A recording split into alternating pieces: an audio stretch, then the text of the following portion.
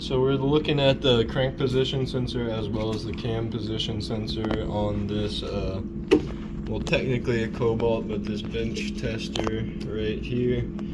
As you can see, we have the diagram for the cam position sensor as well as the crank position pulled up.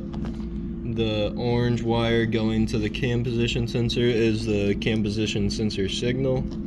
The tan wire going to the cam position sensor is the low reference, and the dark blue wire is the 5-volt ref.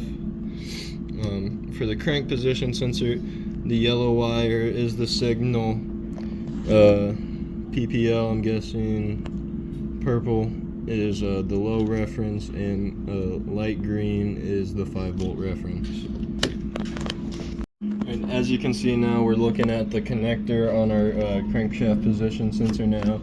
The yellow wire, which you can see, is the signal wire. Purple wire is the low reference, and the light green wire is the VREF. Now we're looking at the camshaft position sensor connector. You can see there's an orange wire, that's the signal. Tan wire is the low reference, and the dark blue wire is the VREF. So now we're hooked up into the crank position sensor signal circuit, as well as we have a scan tool connected to it. We're going to be comparing the hertz reading on our scan tool compared to the RPM. So we're going to go ahead and start this, as you can see, at about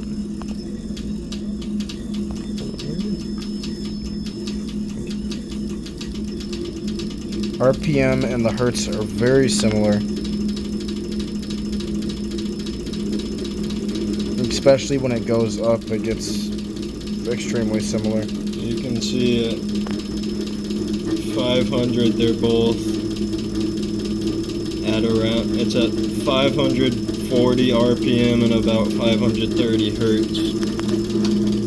Keep going up, go up to about idle speed. About 750, sitting around 700 hertz as well, so it's a very similar reading on both linear relationships. So go all the way up to 1,000, we get up to a kilohertz.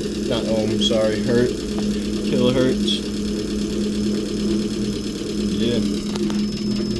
Alright, so we are connected to the crank position sensor signal with our Pico scope now, as well as we have a scan tool hooked up. So right now we're just spinning it over slowly. It's at a little under 300 RPM right now.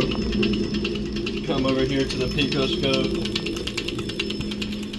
You can see our signal coming from the crank position sensor. Right now we have it stopped, but you can see it is an analog signal. It was dipping from about 1 volt to -1 volt, back and forth.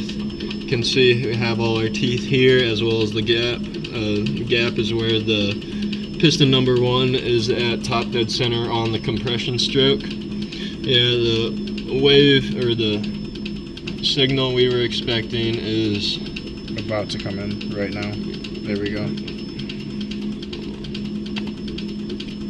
You see it in different shapes and sizes. If it loads properly. I think it's gonna have to. Yeah, that's fine. Oh, there we go. Yeah.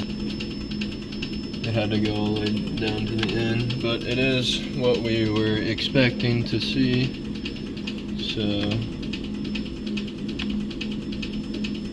down to here, looking like a clean signal there. But yeah. Alright, we're still back probed into our crank position sensor signal wire with our Pico scope. You're going to see how changing the RPM changes the analog sine wave. As you can see right now, not as frequent, decently spaced out right now, but if we add some RPM, it starts to become more frequent. So they become very frequent and very close together. Alright, so we're back probed into the signal wire for the cam position sensor right now. It is a digital Hall effect sensor, so we're getting the Pico readings here. It's a digital square wave, as you can see, and these big teeth, that's the big tooth right there. As you can see, big tooth, gap, little tooth, gap, big tooth. So if we come over here, see the engine's rotating very slowly right now, about 200 RPM. If we start to increase that, the frequency of the signal increases with RPM, as you can see there.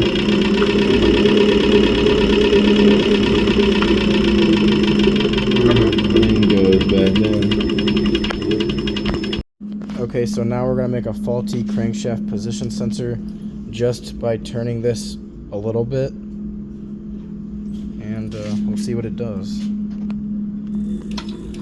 As you can see now, we are no longer getting the fuel injectors and the spark plug stop firing, so the engine would not attempt to start, as well as we no longer have an RPM reading on our PIDs anymore.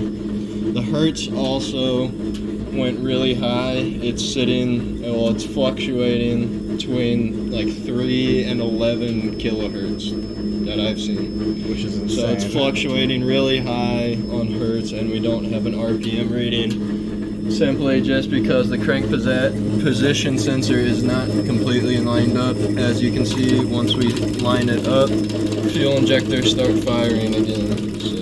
And then we get our normal readings once again as well. Just right back to it.